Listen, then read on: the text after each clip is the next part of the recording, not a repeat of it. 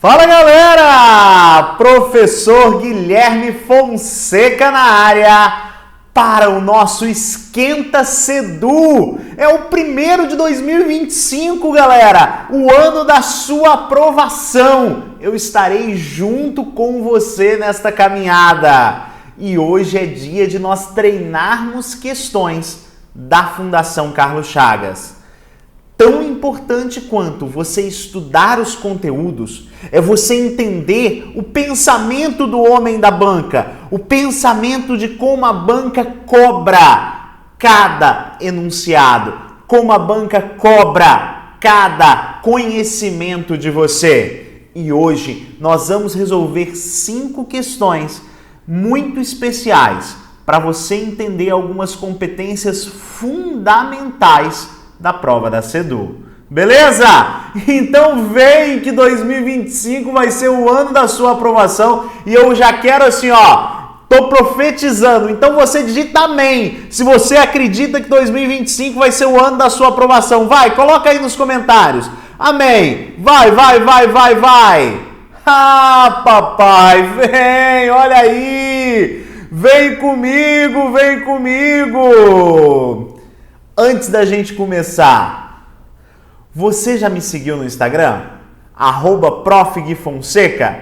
Já se inscreveu aqui no canal do YouTube? É muito importante para ajudar o nosso trabalho e, claro, para você ser notificado sempre que eu postar um vídeo novo, tá bom? Então vem! Olha aí! Não comprarei mais bilhetes, questãozinha de 2024 da nossa querida banca. Não comprarei mais bilhetes, prometeu então o escrivão Coimbra. Ao se transpor o texto para o discurso indireto, o verbo sublinhado assume a seguinte forma. Vamos lá, minha gente. A gente precisa conhecer aqui o que é esse troço, o que é essa jossa de discurso indireto? Minha gente, discurso é você dar a posse da fala a alguém. Então, durante o nosso texto, principalmente o texto narrativo, as falas dos personagens, as falas das pessoas envolvidas na história, elas podem ser expressas de diversos modos. 3 maneiras de discurso. A gente tem o discurso direto, o discurso indireto e o discurso que a gente chama de indireto livre. Guilherme, qual é a diferença entre esses 3 discursos? Qual é a diferença entre essas 3 análises, essas 3 formas de representar a fala de alguém? Bom, o discurso direto, pessoal, é quando eu dou voz ao personagem ipsis literis, ou seja, nas mesmas palavras que ele falou. Se eu estou dando as mesmas palavras que ele falou, a voz é dele. Então é aquele tipo de discurso que eu uso as aspas ou os travessões. Isso é discurso direto. O discurso indireto é quando eu te conto que alguém falou. Então, por exemplo, se eu digo assim, o candidato disse que vai passar no concurso. Olha bem, o candidato disse que vai passar no concurso. Eu estou falando com as minhas palavras, com a minha voz, aquilo que ele falou. Então, você tem uma reprodução, uma paráfrase. Paráfrase é quando você modifica a forma, mas mantém a ideia. Uma reprodução, uma paráfrase na voz do enunciador do texto. A voz não é dada ao personagem. Eu te conto o que ele falou. Tudo bem? E o discurso indireto livre, Guilherme, o que é? É quando há uma mistura entre a voz do narrador entre a voz do narrador, do enunciador, e a do personagem. Então, pessoal, ó, discurso direto é quando a fala está na boca do personagem. Então, eu vou usar as aspas ou os travessões para sinalizar. O discurso indireto é quando eu conto nas minhas palavras aquilo que outra pessoa falou. E o discurso indireto livre é quando há uma mistura entre a voz do narrador e a voz do personagem que está falando. Olha o que a questão pede agora. Ops! Não comprarei mais bilhetes, prometeu então o escrivão Coimbra. Tá vendo que está sinalizado aqui por travessões? Ó, o narrador está dando voz a esse escrivão Coimbra. Então você tem aqui o discurso que a gente chama de direto. E o que ele está pedindo? Para você converter isso para o discurso indireto. Olha só, quando ele fala, não comprarei mais bilhetes, o que você pode, como que a gente pode passar isso para o discurso indireto? Eu vou dizer que o escrivão Coimbra prometeu, então,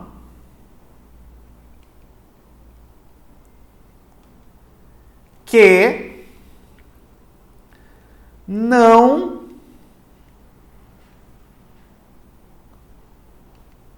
mais bilhetes. Ele quer saber qual é a forma do verbo comprar que vem aqui.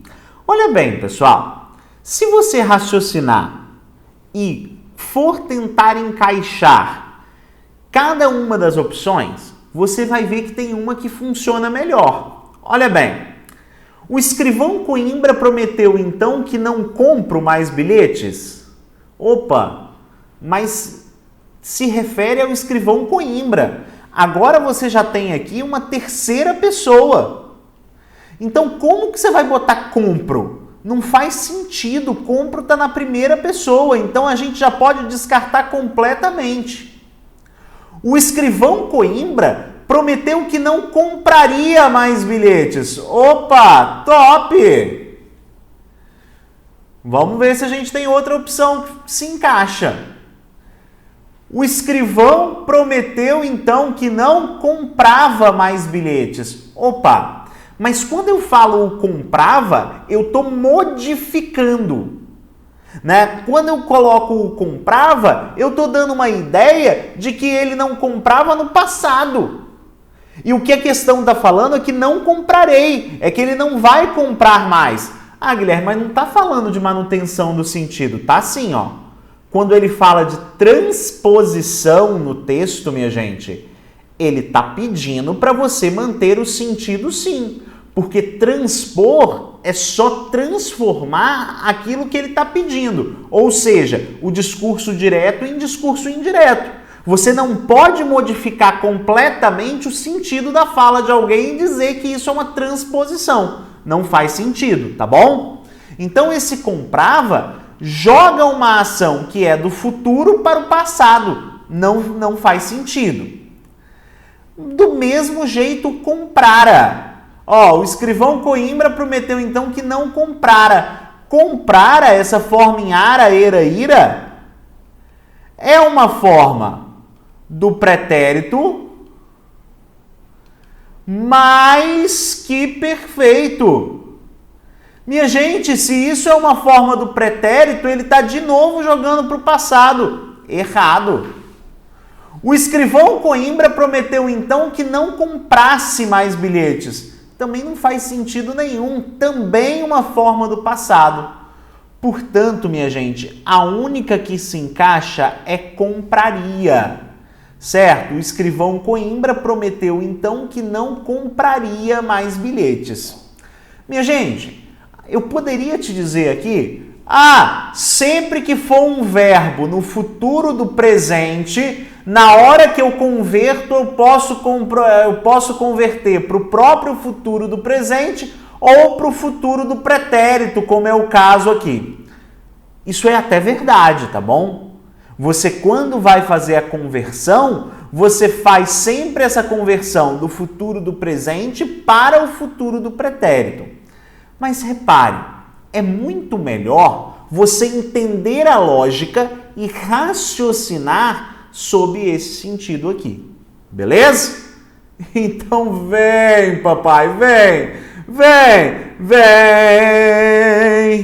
pra ser feliz, pra ser feliz. A gente vai continuar falando de verbo. Eu tô que tô legal. Na tela da Sedu, no meio desse povo, a gente vai se ver no canal do professor Guilherme. Se inscreve aí, hein?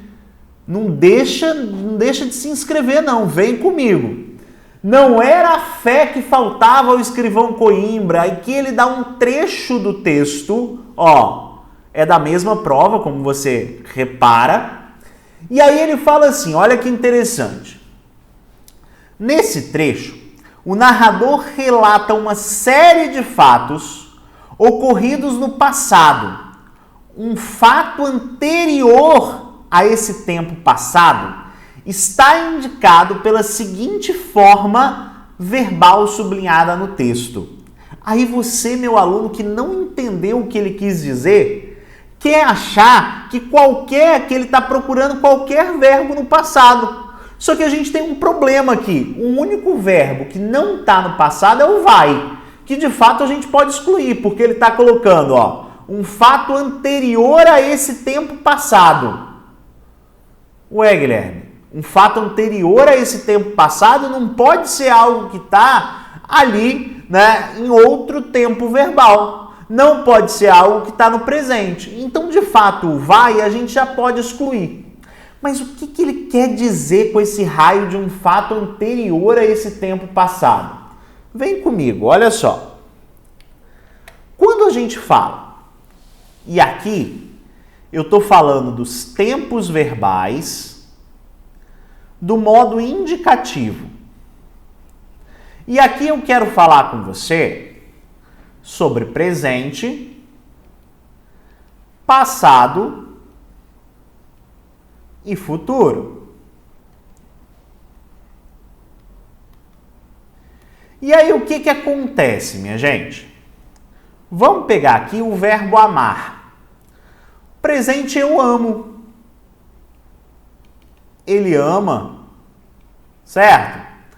Para que eu uso o presente na vida real? Eu uso o presente na vida real para designar uma ação habitual, para designar algo que acontece sempre. Ele ama muito a mãe. Repare, é uma ação habitual. É uma verdade universal. Ele ama muito a mãe. Eu tomo banho todos os dias. É um hábito. É uma ação que acontece com frequência. Isso é presente. Agora, o pretérito, ele se triparte aqui. Existe o pretérito perfeito, o pretérito imperfeito e o pretérito mais que perfeito.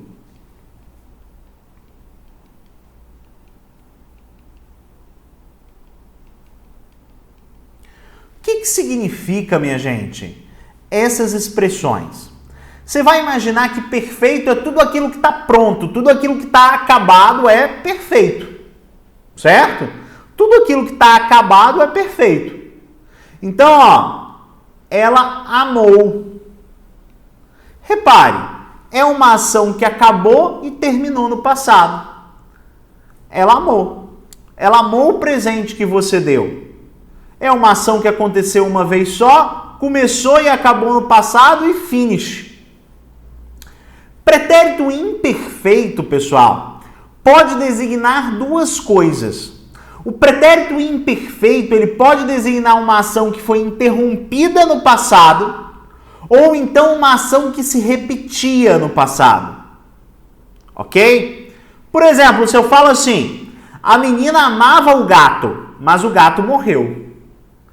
Tá vendo o que aconteceu aí? A ação de amar o gato foi teoricamente interrompida pela morte dele. Então isso é um passado interrompido. Mas se você diz assim, nossa, quando eu era criança eu caminhava na praia todos os dias. Esse caminhava, é uma ação que se repetia no passado. Também uma ideia de pretérito imperfeito. Então, pretérito imperfeito pode ser uma ação ou interrompida no passado ou que se repetia no passado. Então, quando você tem aqui a ideia do amava, isso é um pretérito imperfeito. Guilherme, mas que diabo é pretérito mais que perfeito? Olha bem, minha gente, se perfeito é o que está pronto e acabado, mais que perfeito é o passado do passado. É o passado antes de outro tempo passado. É o amara, que a gente quase não usa, né? Essa forma terminada em ara, era, ira. Tem até uma forma composta que a gente usa mais, que é o tinha amado, mas isso é pretérito mais que perfeito, um passado do passado. E o futuro, você tem um futuro que vai acontecer, futuro do presente, ou um futuro que já está no passado, um futuro que não vai acontecer, que é o futuro do pretérito. Então, olha só, futuro do presente, eu amarei, ela amará. Futuro do pretérito, ela amaria. Certo? E aí, olha o que ele pede. E aí, pessoal, olha bem, a gente nem leu o parágrafo ainda. Nesse trecho, o narrador relata uma série de fatos ocorridos no passado. Um fato anterior a esse tempo passado. Ó, se ele está falando que o narrador relata uma série de fatos ocorridos no passado. Ó, então o passado está aqui. Os fatos.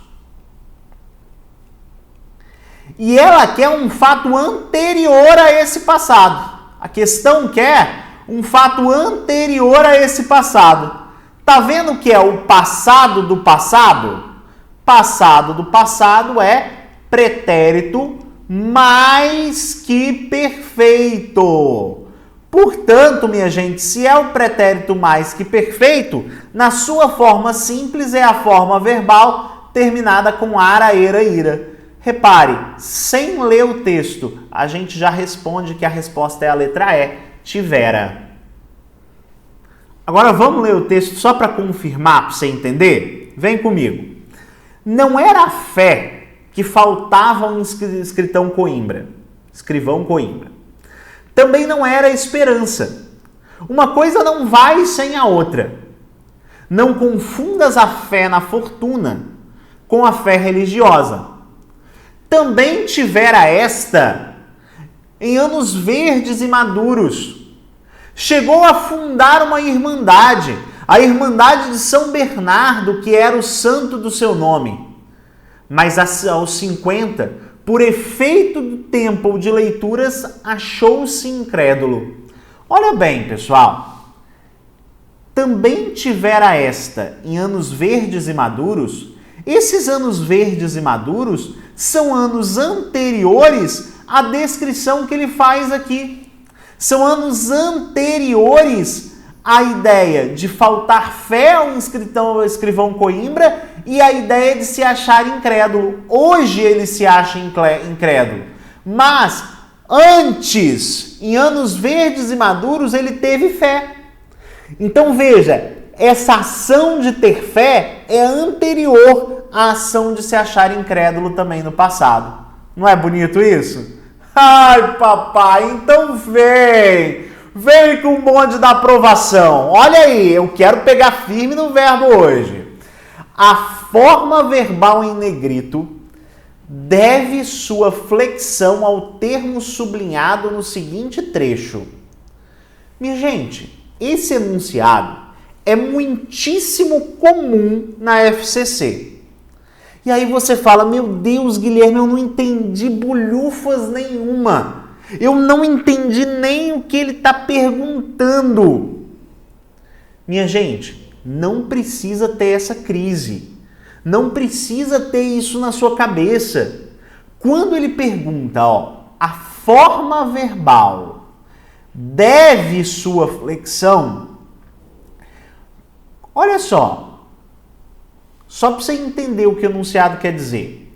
Se eu digo assim, os professores passarão exercícios. Os professores passarão exercícios.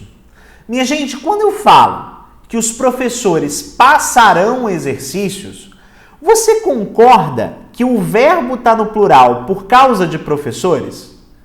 Professores, portanto, é o sujeito da nossa oração. Então, quando ele fala assim, que a forma verbal deve sua flexão ao termo sublinhado, na verdade, o que ele está perguntando? Ele está perguntando assim, onde o termo sublinhado é sujeito. É só isso que ele está perguntando, ok? Onde o termo sublinhado é sujeito da nossa oração. É essa a ideia que ele está perguntando. E aí, minha gente, vamos por exclusão? Poucos bilhetes comprava a princípio. Minha gente, aqui você não precisa nem raciocinar muito. Se a expressão está no plural e o verbo está no singular, significa que não há uma concordância entre essas duas coisas. Se não há uma concordância, isso não é o sujeito. Pode tirar da sua lista. E durante algumas loterias, cumpria a promessa. Aqui até está concordando, a gente não pode excluir por isso. Mas repare, é a promessa que cumpria alguma coisa ou é alguém que cumpria a promessa? Concorda que é alguém aqui que cumpria a promessa? Então a promessa não é sujeito. Beleza? Lá aparecia alguém que o convidava a ficar com um bonito número. Lá aparecia alguém. Quem que aparecia? Alguém. Opa, aqui faz sentido, hein? Aparentemente há poucos espetáculos tão melancólicos. Minha gente, grava aqui comigo, o verbo haver, no sentido de existir, é um verbo impessoal, não vai para o plural. Por quê? Porque ele não se conjuga. Ele não varia quando ele significa existir. Portanto, você já podia parar aqui, se verbo haver está no sentido de existir, ele não vai concordar com ninguém. Não deixou logo a irmandade. Foi a irmandade que deixou alguma coisa ou foi alguém que deixou a irmandade? Concorda que foi alguém que deixou a irmandade? Então a irmandade não é sujeito. Logo, realmente, é a letra C aí a opção que faz sentido para nós. Belezinha? Vem. Antes de eu passar para a próxima questão, deixa eu te mostrar isso aqui. Eu postei lá no meu Instagram, algumas pessoas estão perguntando sobre o nosso Projeto Sedu. Guilherme, o Projeto Sedu ele é um curso de português gravado? Não. Ele é um projeto de acompanhamento, com tudo que eu acredito que você precisa para realmente passar no seu concurso. Vamos lá. Ele tem o curso de português e o curso de discursiva. Quando eu falo discursiva, isso serve para estudo de caso, para quem vai fazer estudo de caso, professor e pedagogo, e tem também redação para quem vai fazer a SE. Essa é a parte, minha gente, mais... não vou dizer a menos importante, mas a mais comum do curso, é uma parte gravada normal. Mas o que torna o Projeto Sedu especial, com tudo aquilo que eu sempre quis oferecer para os meus alunos? A segunda etapa são as correções ilimitadas. Guilherme, como assim? Eu posso te mandar quantos estudos de caso, quantas propostas eu quiser? Pode. Você pode me mandar quantas propostas você quiser. Ah, Guilherme, mas de onde eu vou fazer essas propostas? Existe um caderno de propostas, minha gente. Eu fiz um caderno de propostas para cada especialidade. Olha que loucura, né? Então você tem ali 10 propostas para arte, 10 propostas para quem vai tentar a SE, 10 propostas para os professores de português, 10 propostas para os professores de história, pensando naquilo que é provável de cair na sua discursiva, beleza? E você vai mandar essas redações, esses textos para correção e eu te respondo sempre por áudio e texto, para você entender e realmente melhorar o seu texto. Lembrando, né, minha gente, estudo de caso e redação são a parte mais relevante da nossa prova. Vale aí 100 pontos. Simulados, todo sábado e começa agora, tá? Começa a partir deste final de semana, né? Os simulados. Toda semana eu te entrego um simulado semanal. Toda semana você tem a oportunidade de ser avaliado naquilo que você está estudando. Mentoria semanal. Toda semana, galera, além do curso eu sento com a galera e falo, olha, o estudo de caso você tem que fazer assim, muita gente está errando isso, dou dicas para melhorar e tudo mais, e resolvo questões de português, comento dicas de estudo, acompanho o estudo da galera, puxo a orelha, você vai ver que é muito legal. E o cronograma individual, minha gente, eu faço a mentoria individual com você quando você entra no curso. E aí eu vou entender como que é a sua vida, se você está de férias, né, como a maioria de vocês está, né, e aí, né, te dou um cronograma do edital e a partir desse cronograma do edital, né, a gente constrói o seu horário de estudo a partir da experiência que você já tem com as provas e você vai ali de forma muito tranquila cumprindo todo o edital e estudando de maneira estratégica para o seu concurso. Então veja, o Projeto Sedu engloba todas essas coisas. Guilherme, isso deve ser um preço milionário, porque pelo que eu estou entendendo, você dá atenção para cada aluno. É verdade, eu dou atenção para cada aluno. Cada aluno é um, por isso que dá um trabalhão e eu não posso... Ah, eu posso ter 1000 alunos? Não posso. Por que eu não posso? Porque eu tenho correções ilimitadas. Você pode tirar dúvida comigo a qualquer momento que eu vou te responder, seja em áudio, seja em texto, né? Não vou te deixar desamparado em nenhum momento. Eu caminho com você até o dia 16 de março, até você ser aprovado ali. E vai ser meu grande presente de aniversário, que 17 de março é meu aniversário. E o curso fica até salvo para você depois, mas o meu objetivo não é nem você precisar mais. Meu objetivo é você passar na Sedu agora de verdade. Eu não solto sua mão. Guilherme, quanto que está isso, pelo amor de Deus? 12 vezes de R$44. Minha gente, você vai no shopping, num lanche, você gasta isso aqui. Então, né, eu vou deixar o link aí e eu te espero no curso, porque são as últimas vagas, tá bom? Te espero, né? Temos mentoria quinta-feira e eu te vejo lá, hein? São as últimas vagas, eu vou até acompanhar aqui o fluxo de matrículas durante a live e depois também, né? Porque eu vou bloquear as vagas em dado momento, tá bom? Vamos lá!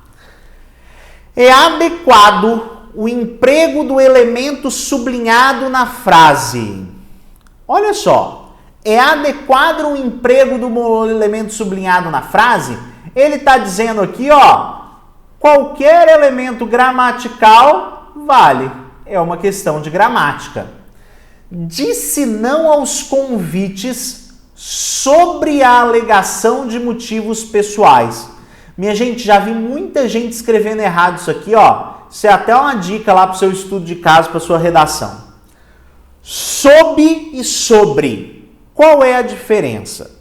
Minha gente, sobre dá sempre a ideia de assunto ou de algo em cima de. Então, por exemplo, nós estamos tratando sobre português. Nós estamos tratando do assunto português. O livro está sobre a mesa. O livro está em cima da mesa. Correto? Então, sobre pode dar ideia de assunto, pode dar ideia de em cima de. E o sob, Guilherme? Sob pode dar ideia de abaixo de, ou pode dar ideia de embaixo do comando de, né? Do comando, da tutela, dos cuidados de.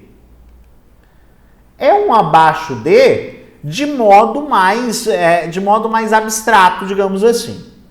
Então, você tem aqui essa ideia, certo? Então, sob significa a ideia de abaixo de e comando, cuidado, tutela de. Disse não aos convites sob a alegação de motivos pessoais ou sobre a alegação? Minha gente, sobre a alegação está errado. O correto é sob, abaixo da alegação, certo? No comando da alegação de motivos textuais, na tutela da alegação de motivos textuais. Disse não aos convites abaixo do comando de. Então aqui a ideia é de sob, porque não é nem assunto e nem em cima de. Então a gente já pode cortar. É trabalhar duro para fazer jus de novas férias? Minha gente, quem faz jus a alguma coisa. Faz jus a novas férias. A noção de férias está vinculada a figuras de linguagem. Minha gente, a noção de férias está vinculada a figuras de linguagem? Cuidado! Quem está vinculada a alguma coisa de fato. Então você tem o a preposição. Mas quando você fala está vinculada a figuras de linguagem, fica claro que você não tem o artigo, porque se você tivesse o artigo, teria que ser as. Se fosse vinculada às figuras de linguagem, teria crase. Mas como o a está sozinho aqui, significa que eu só tenho a preposição. Significa que eu só tenho um a e não o a craseado.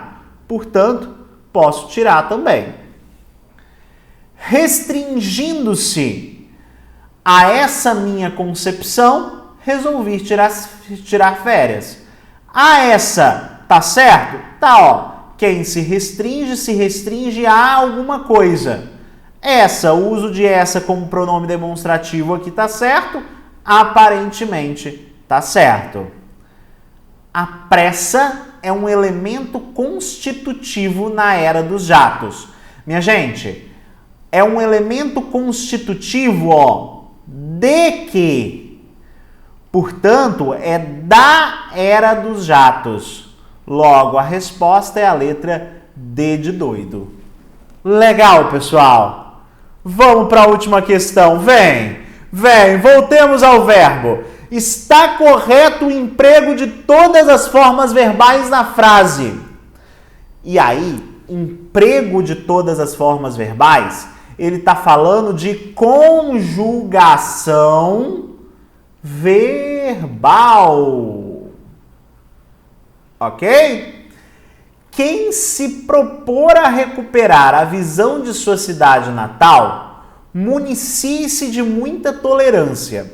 Vamos lá, minha gente. O propor, ele vem do verbo por.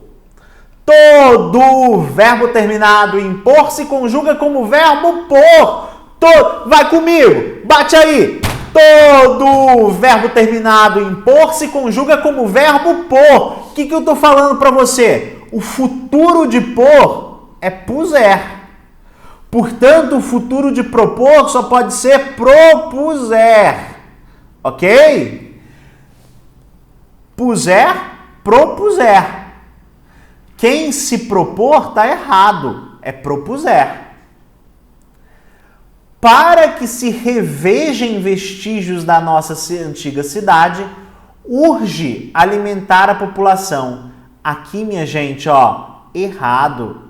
Aqui é do verbo ver. Como que eu conjugo? Para que eles vejam. Então, revejam. Ok? Então, errado também.